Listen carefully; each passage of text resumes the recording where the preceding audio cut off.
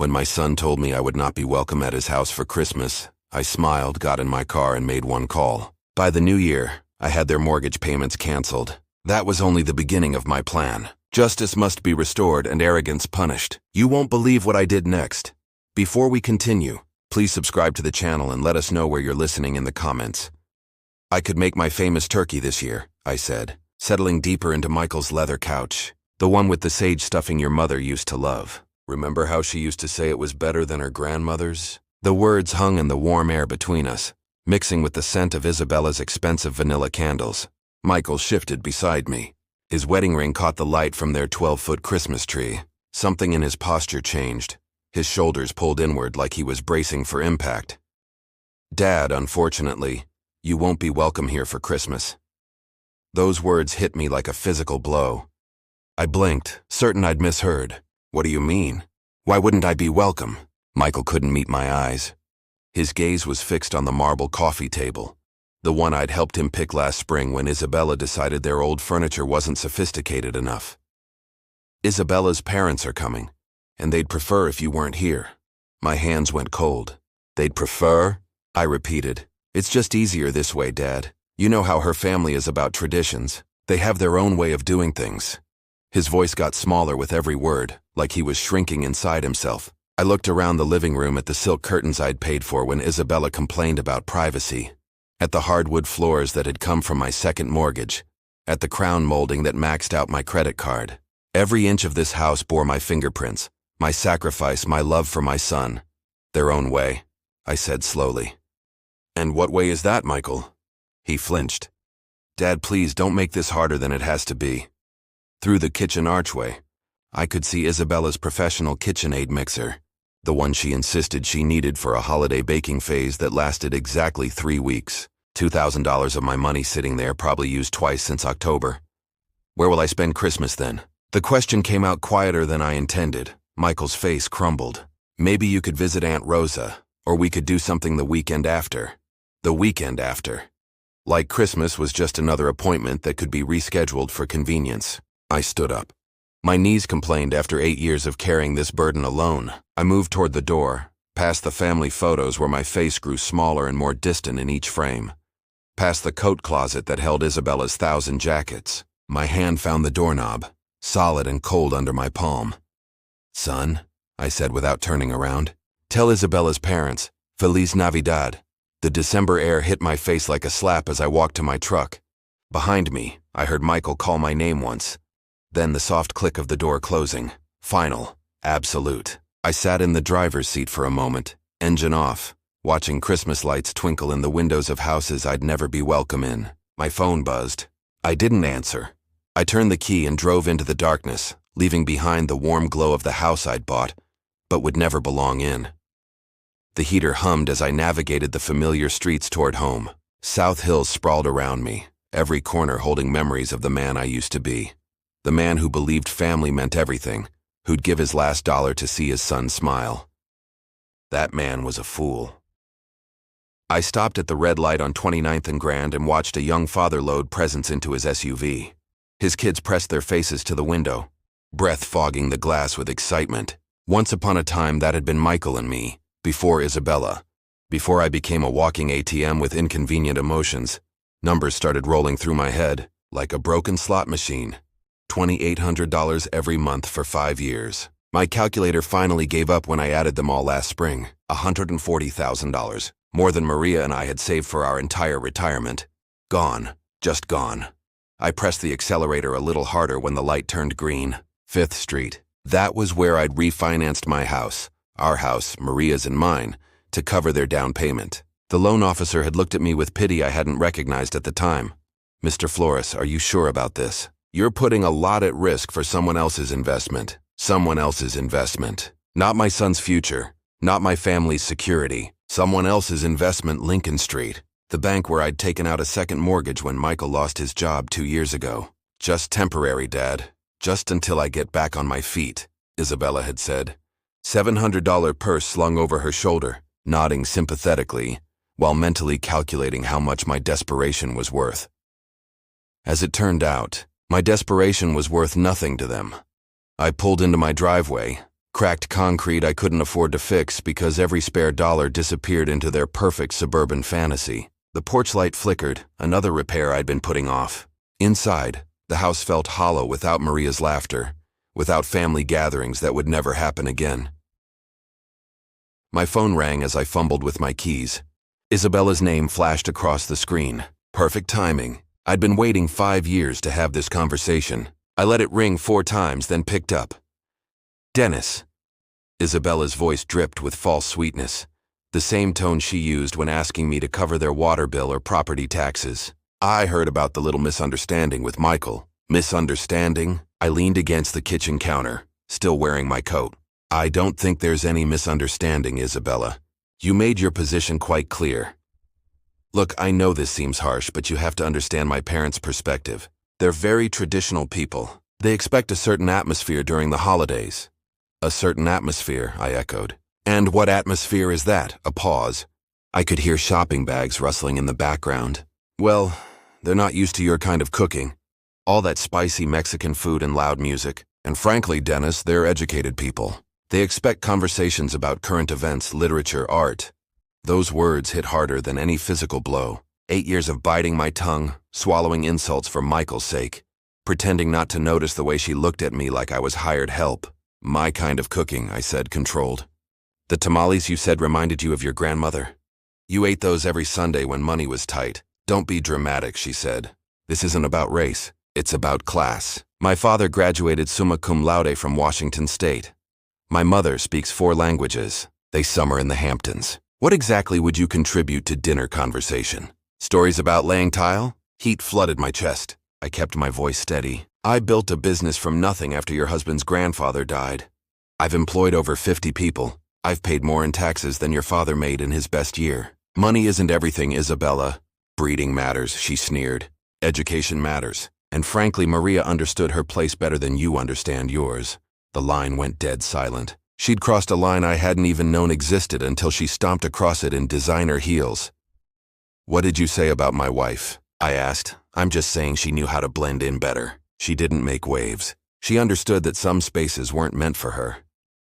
My hand tightened on the phone until my knuckles went white. "Maria had more class in her little finger than your entire bloodline will ever possess." "Oh, please," she answered. She was a house cleaner who got lucky. At least she had the good sense to stay quiet about it. The line clicked dead, and in that silence everything changed. "Isabella." My voice dropped to something I barely recognized. "I want you to listen very carefully. This conversation is over. We're done pretending to be family. You can't just—" "We're done," I repeated and ended the call. I set the phone down on the counter, careful, my hands surprisingly steady. Around me the kitchen felt different, smaller somehow, but cleaner, like a weight had lifted from the air itself. I walked to my desk in the corner and pulled out the manila folder I'd been avoiding for months. Bank statements, mortgage papers, 5 years of automatic transfers that had bled me dry while they lived like royalty. Time to stop the bleeding. Part 4, the first decision, canceling the mortgage. The documents spread across my kitchen table like evidence at a crime scene. 5 years of bank statements, each one showing the same automatic transfer. $2,800 on the 15th of every month, vanishing from my account into theirs. A paper trail of my own stupidity. I pulled out my calculator and started adding. First year, $33,600. Second year, another $33,600. By the 3rd year, I'd stopped buying new clothes. Year 4, I shopped at discount grocery stores. This year, year 5, I'd been eating peanut butter sandwiches for lunch to make ends meet. $143,400, not counting the down payment. Not counting the times I covered their utilities when Isabella's shopping habit ran wild. Not counting the new roof, the landscaping, the furniture that was essential to their lifestyle. I sat back until the numbers blurred. Maria's life insurance, my retirement savings, the college fund we'd started for grandchildren I might never be allowed to see. All of it poured into a house where I wasn't welcome for Christmas dinner. I reached for my phone, scrolled through contacts, and found the bank's number. The automated system offered options in English and Spanish. How thoughtful. How accommodating to people like me. Customer service. "This is Jennifer. How can I help you today?" "I need to cancel an automatic transfer," I said, my voice steadier than it had been in years. "Certainly, sir. I'll need your account number and some verification. Information. I rattled off the numbers and watched her. Type. Professional. Efficient. No judgment about why a 62-year-old man was canceling payments to what was probably his son's mortgage. I see the transfer you're referring to, Mr. Flores. $2,800 monthly to Wells Fargo. Account ending in 7423. How long have you been making this transfer? 5 years, I said. The words tasted bitter. And you want to cancel it effective immediately.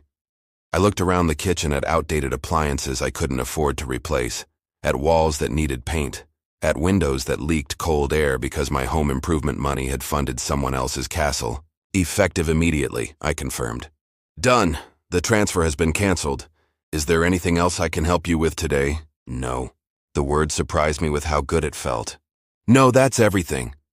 I hung up and sat in the sudden quiet of my house. Outside, December darkness settled over Spokane. Christmas lights twinkled in windows where families gathered without conditions, without judgment, without hiding who they were. For the first time in 5 years, next month's budget would balance. For the first time since Maria died, I could afford to fix the porch light, buy decent groceries, maybe even take a vacation. I gathered the bank statements and mortgage papers, all the evidence of my generosity, and walked to the fireplace. I struck a match and watched 5 years of martyrdom turn to ash. The fire felt warm on my face, warmer than I'd felt in years. My phone buzzed. Maybe Michael promising to apologize. Maybe Isabella needing money for something essential like new throw pillows. I didn't check it. Instead, I poured myself a glass of the good whiskey I'd been saving for a special occasion that never came. Tonight felt special enough. Merry Christmas to me, I said and meant it. Part 5, Isabella's Provocation. Morning arrived crisp and clear. December sunlight streamed through the kitchen windows as I nursed my second cup of coffee. For the first time in years, I wasn't counting down to another withdrawal. Freedom tasted better than the Colombian blend I'd finally allowed myself to buy. My phone rang at exactly 10:47 a.m.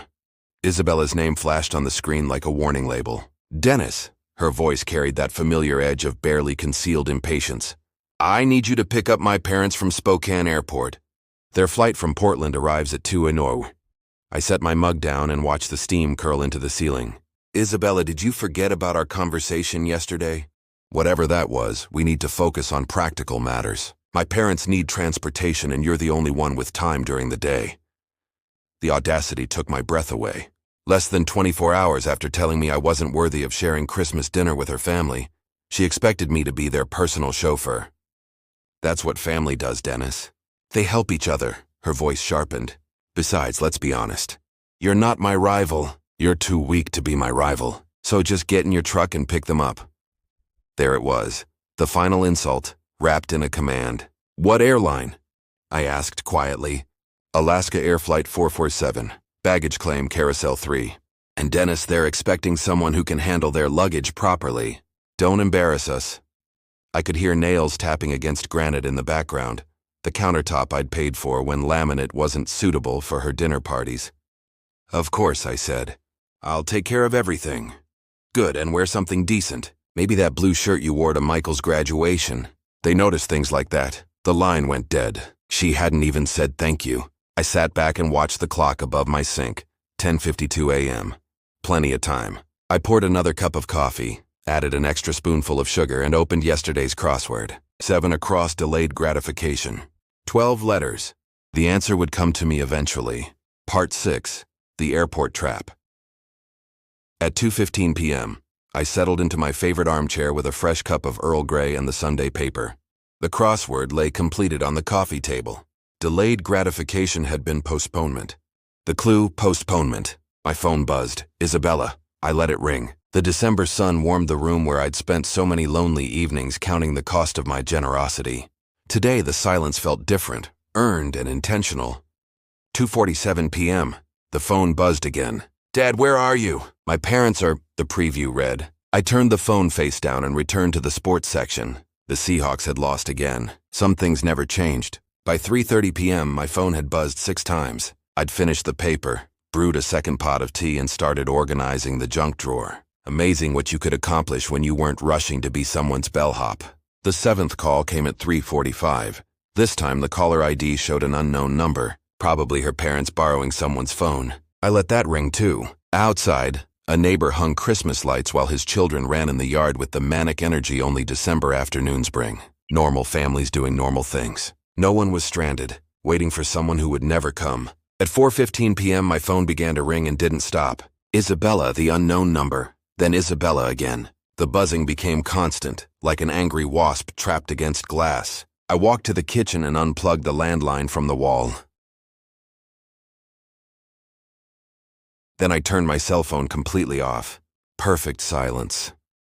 I made myself a grilled cheese sandwich and heated a can of tomato soup. Comfort food I hadn't allowed myself in months. Because every grocery dollar had gone toward making ends meet, while subsidizing their lifestyle. The cheese melted golden. The soup steamed in my favorite mug. Outside, the winter sun was already setting, casting long shadows across the backyard. Somewhere across town, 3 people were probably standing in an airport parking garage, arguing about taxi fare and wondering how their personal servant had the audacity to strand them. The thought made my soup taste even better.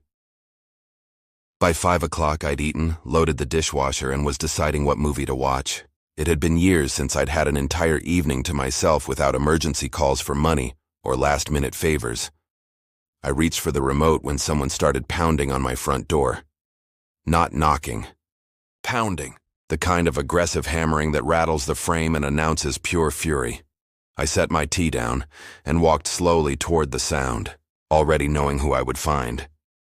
Through the peephole I saw 3 figures on my small porch, close together like wolves circling prey. I opened the door. Cody Jenkins's face was inches from mine, bright red. "What the hell is wrong with you?"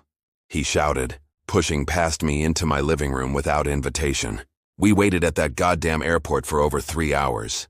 Catherine followed, her once perfect hair disheveled, a thin line of hate on her lips. "This is completely unacceptable behavior from someone your age, Dennis. Absolutely barbaric."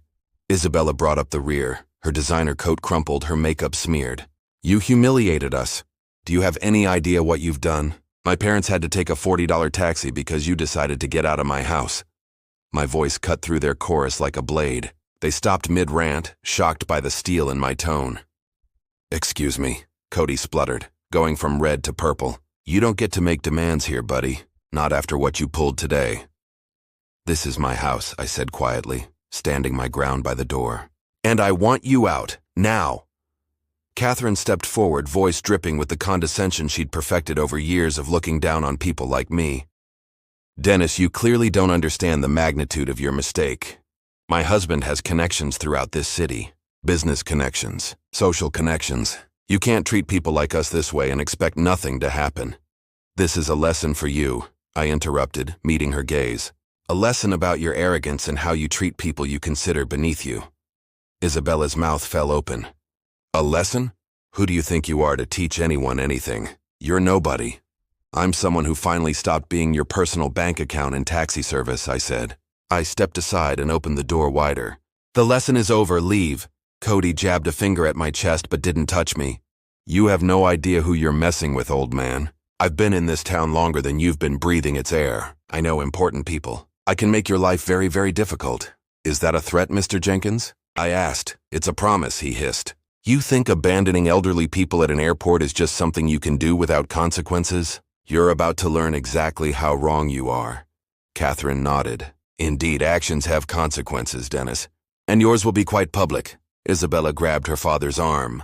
"Daddy, let's just go. This pathetic old man isn't worth our time." They left like a defeated army, but Cody paused at the threshold. "You'll regret this," he said. "I guarantee it." I shut the door and turned the deadbolt with a satisfying click. Through the window, I watched them pile into their rental and drive off into the December dark. The house felt cleaner without them, as if they'd been a stain that had finally lifted. Their words echoed in the sudden quiet. Public consequences, important people, connections. I picked up my tea. It was still warm. For the first time since this started, a small concern pricked me. It was quickly drowned out by something stronger. Anticipation.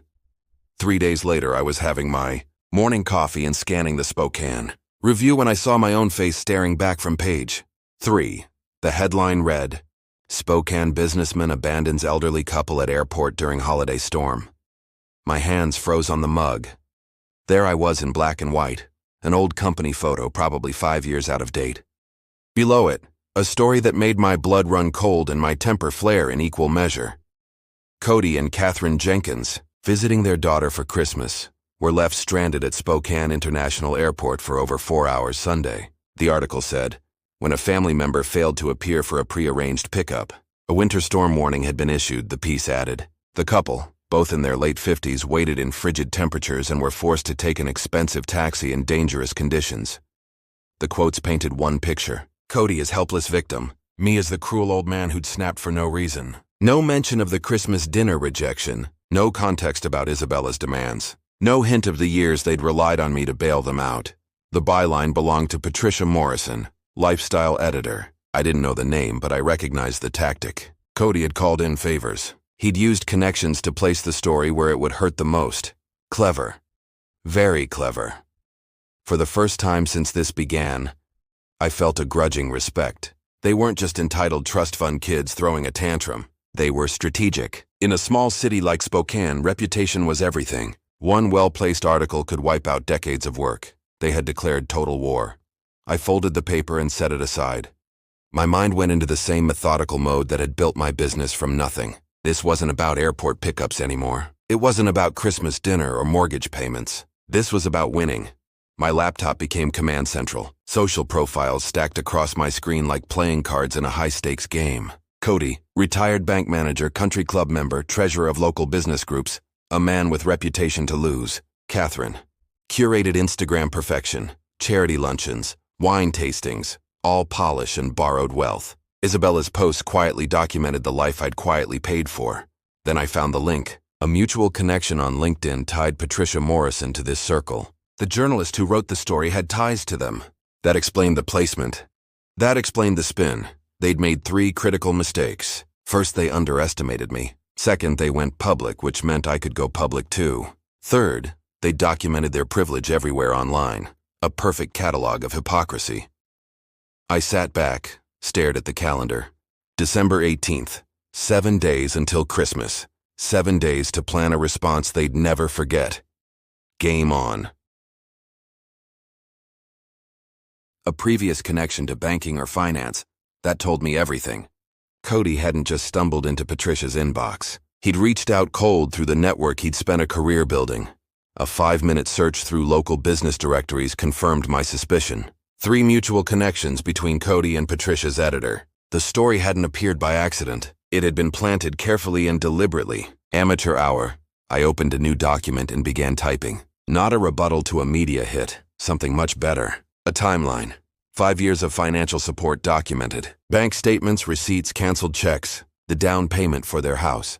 $47,000 from my home equity loan. The kitchen renovation when Isabella decided granite countertops were essential. $18,000 on my credit card. 60 monthly mortgage payments of $2,800 each. $168,000 and counting. $250,000. More than I'd spent on myself in the last decade. My phone buzzed with a text from an unknown number. Probably Isabella, trying a new angle. I ignored it and kept working. By evening, I had everything organized in a manila folder thick enough to choke a horse. Bank statements, receipts, photos downloaded from their social feeds showing off purchases I'd funded. A printed copy of the newspaper article. My red pen notes in the margins documenting each lie and distortion.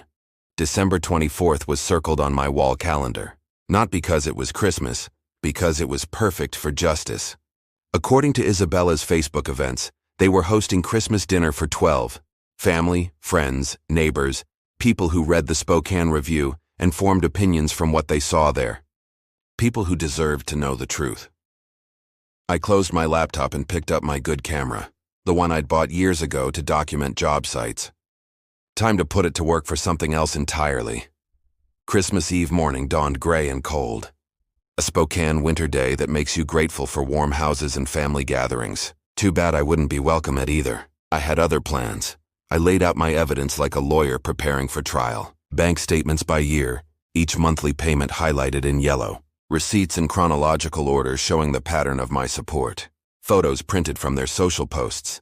Isabella's new jewelry, their holidays, the expensive decorations in the house I'd helped buy. I made 12 copies, one for each dinner guest, and put the newspaper article on top of every stack. My red pen annotations were visible in the margins. Lie, next to Cody's quote about dangerous weather.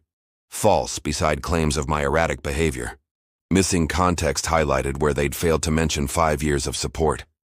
I dressed in my best suit, the navy one I'd worn to Maria's funeral, pressed and ready. Today I wasn't going to be a doormat. Tonight, I would command respect. At 6:30 p.m., I loaded my briefcase with the evidence packets and drove to Kendall Yards. Their house glowed warm. Cars filled the driveway. Through the front windows, I could see figures moving around the dining room. Isabella playing hostess in the home my money had bought. I parked across the street and checked my watch. 6:45, late enough that everyone would be seated for dinner. Early enough they'd still be on the main course. No easy escape. The front door was unlocked. Of course it was. Isabella loved to show off how safe their neighborhood was, how they didn't need security. I let myself in quietly. Warm air and laughter hit me as I stepped through the foyer. Someone I didn't recognize was saying, "But darling, that's not how we do things in our family." Followed by laughter. Our family, after everything they'd done to exclude me. I walked into the dining room carrying my briefcase. 12 faces turned toward me, surprise, then horror. Isabella froze with a wine glass halfway to her lips. Michael's face went pale. Cody and Catherine looked like they'd seen a ghost. "Good evening, everyone," I said calmly, setting the briefcase on the marble sideboard. "I hope you don't mind me joining your Christmas celebration." "Dennis, this is completely inappropriate," Isabella snapped. "You need to leave immediately." "Actually," I said, opening the briefcase and pulling out the first stack of papers, "I think your guests deserve to know who really paid for this dinner, this house, and the lifestyle you're showing off." A woman at the table, one of Catherine's charity friends, leaned forward. "What is he talking about?" Isabella tried to dismiss me. "He's having some kind of episode," she said quickly. "Michael, call someone." I moved around the table, placing a packet in front of each guest. "Here are the bank records," I said conversationally. 5 years of financial support. $168,000 in mortgage payments alone, plus the down payment, renovations, furniture, appliances, everything you see around you. Silence fell. Papers rustled as 12 people examined the numbers, the dates, the proof. One man started to speak and stopped, staring at a statement. "Outrageous," the woman across from him finished. "Isabella, why didn't you tell us any of this?" Isabella's composure cracked. "It's more complicated than it looks. Dennis volunteered to help. We never asked for this." "Actually," I said, pulling out the newspaper article, "let's talk about what you did ask for, and what you told the media about me." I placed copies of the article on the table, the same article that had painted me as unstable, as someone who'd abandoned elderly people in dangerous weather. Guests recognized my photo from page 3. "Notice how I'm portrayed as the villain," I said, my voice clear across the sudden silence. Notice how the context was left out. The room chilled. Cody's face, once red with anger, had gone ashen. Catherine sat rigid, wine glass forgotten. "This man used his connections to plant that story," I said, tapping the paper. "He made me the villain so no one would ask about the years he took advantage of me." A gray-haired man looked up from the article. "Cody, what is this about?" "The weather was 52 degrees and sunny," I said before Cody could answer. They weren't stranded tourists. They were Isabella's parents coming to the dinner I'd been banned from because I supposedly wouldn't fit in. The woman I'd identified as one of Catherine's friends spoke up, indignation growing on her face. "This is unconscionable. Cody, how could you let your daughter take advantage of this man's generosity, then attack him publicly when he stopped enabling it?" Cody's facade crumbled. "You don't understand the full situation," he protested. But the room no longer believed him. "This man has been supporting your family for 5 years, I said. $200,000 while you called him names behind his back. You manipulated his son. You banned him from family gatherings. Then you tried to destroy his reputation." Michael finally spoke, barely above a whisper. "Dad, I didn't know about the newspaper." "Your wife knew," I said quietly, "and her parents orchestrated it."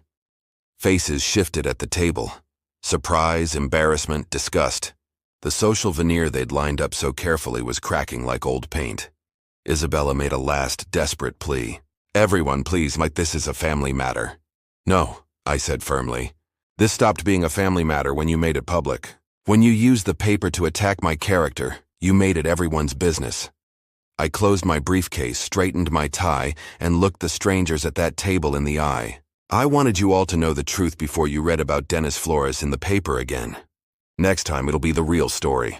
I walked toward the door. Behind me, the eruption began. Questions, accusations, the sound of a social facade collapsing. It was the most beautiful Christmas music I'd ever heard. A letter arrived on a Tuesday in March, certified mail. The weight of legal consequence on every line. Notice of default. 3 months of missed mortgage payments had caught up with Michael and Isabella. $8,400 in arrears. 14 days to make the account current or face foreclosure. I read it over coffee like news about distant weather. Interesting, but not my problem anymore. Their calls had been coming for weeks. Isabella's number blocked after the first hysterical voicemail. Cody and Catherine's social standing in Spokane evaporated like morning mist after their Christmas humiliation. Michael, however, kept trying. 97 days later, he knocked on my door. Not the confident man who'd excluded me from dinner, but a man aged 10 years and 3 months. Dark circles, a wrinkled suit, desperation like cheap cologne. "Dad," he said when I opened the door, "we need to talk." He stared around my house like he'd never seen it before. The new furniture bought after I stopped subsidizing someone else's life, the fresh paint, the little repairs I'd finally made. "Nice place," he said quietly. "It's what happens when you spend money on yourself instead of people who don't appreciate you," I replied. He sat at the edge of my couch and started to cry quietly. "I should have defended you. I should have stood up. You should have," I said simply. "The house is in foreclosure," he confessed. "We can't make the payments without my money," I finished. "I know. Dad, I'm so sorry." He looked broken. "Is there any way to fix this?" "You can't fix what's gone," I said. "That money is gone. But maybe you can try to build something new." He asked for forgiveness. I told him I'd forgiven him months ago. Forgiveness, I explained, didn't mean going back to the way things were. It didn't mean resuming payments that vanished into entitlement. It means if you want a relationship, you'll build it from scratch. With respect, with choices that aren't convenient, with loyalty.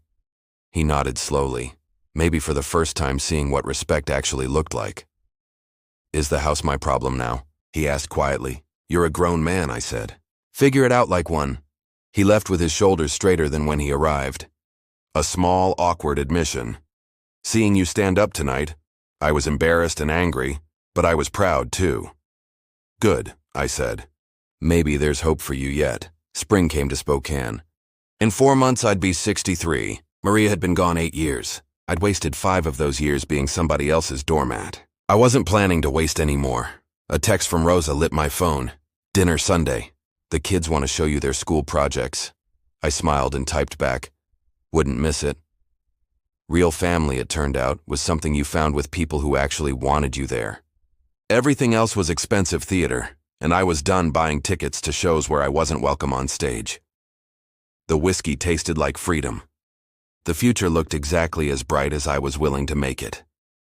If you like this story, please like the video, subscribe, and drop your thoughts in the comments. Click the box on the left to listen to the next story.